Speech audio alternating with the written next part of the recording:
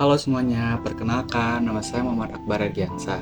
Di sini saya akan menjelaskan model TCP/IP dan layarnya secara konsep dasar dan cara kerjanya. Oke. Di sini ada daftar isi apa-apa saja yang akan saya jelaskan dalam presentasi kali ini.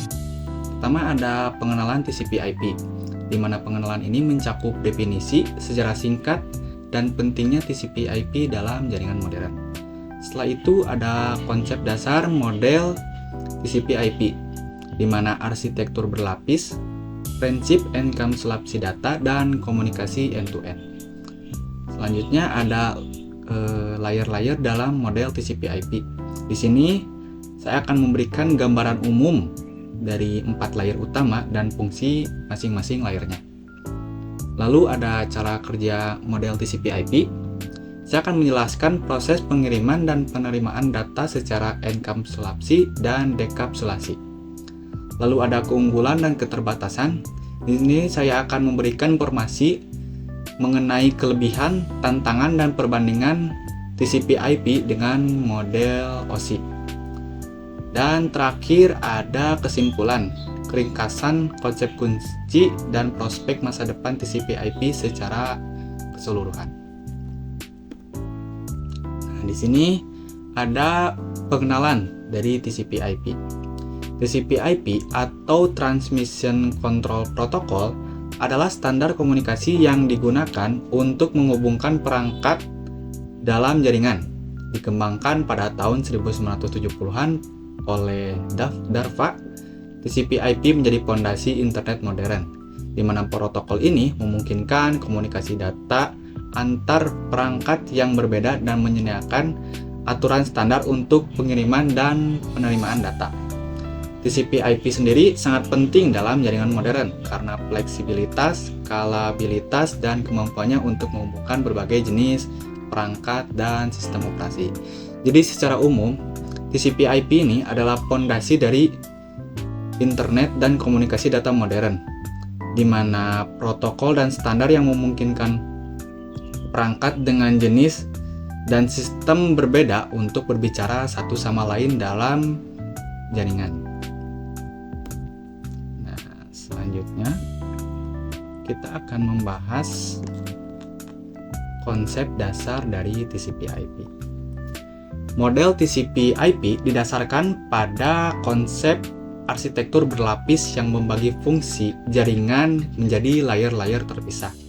Setiap layer memiliki tugas spesifik dan berkomunikasi dengan layer di atas dan di bawahnya. Pendekatan ini memungkinkan modularitas dan fleksibilitas dalam pengembangan dan implementasi protokol jaringan. Ini ada penjelasan dari arsitektur berlapis. Apa sih arsitektur berlapis itu? Jadi prinsip enkapsulasi data atau arsitektur berlapis adalah kunci dalam model TCP/IP, di mana data dari aplikasi dibungkus dengan header dari setiap layer saat bergerak ke bawah stack protokol. Ini memungkinkan komunikasi end-to-end secara efisien, di mana data dapat dikirim dari satu perangkat melalui jaringan dengan tanpa atau kehilangan integritas. Oke, jadi konsep ini tuh penting karena memungkinkan fleksibilitas. Jadi jika ada perubahan dalam layernya, layer tersebut tetap dapat bekerja dengan baik. Dengan konsep enkapsulasi ini akan dibungkus dalam header yang menambahkan informasi untuk transmisi data yang aman, memastikan bahwa pesan mencapai tujuan tanpa adanya perubahan. Oke, di sini ada layer-layer dari TCP/IP. Pertama ada application layer, yaitu layer teratas yang berinteraksi langsung dengan aplikasi. Protokolnya seperti HTTP, FTP, SMTP yang beroperasi dalam application layer tersebut. Selanjutnya ada transport layer. Transport layer ini bertanggung jawab untuk komunikasi end-to-end. TCP menyediakan pengiriman data yang andal, sementara UDP menawarkan pengiriman cepat tanpa jaminan. Selanjutnya ada layer bawah, yaitu internet layer, menangani pengalamatan dan routing paket data antar jaringan IP atau Internet Protocol. Beroperasi di layar ini memastikan paket mencapai tujuan yang benar. Jadi tujuan dalam pengalamatannya itu benar gitu. Selanjutnya ada layer paling bawah atau Network Access Layer, bertanggung jawab untuk transmisi data fisik, menangani pengiriman dan penerimaan data melalui media fisik seperti kabel ataupun nirkabel.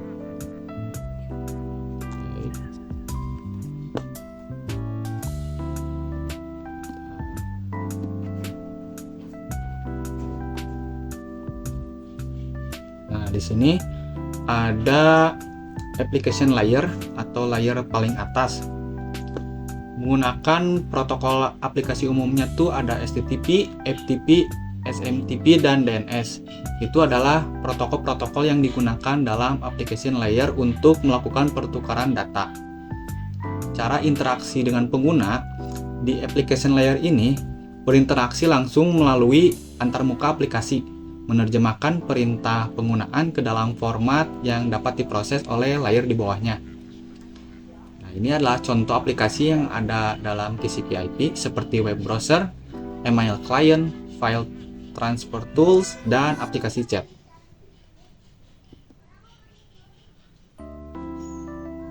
Nah, di sini ada layer kedua atau transport layer. TCP atau Transmission Control Protocol menyediakan pengiriman data yang andal berorientasi koneksi, menjamin urutan pengiriman paket, kontrol aliran, dan penanganan kesalahan. Cocok untuk aplikasi yang memerlukan keandalan tinggi seperti transfer file dan sebagainya. Sedangkan UDP adalah protokol tanpa koneksi yang lebih cepat tapi kurang andal.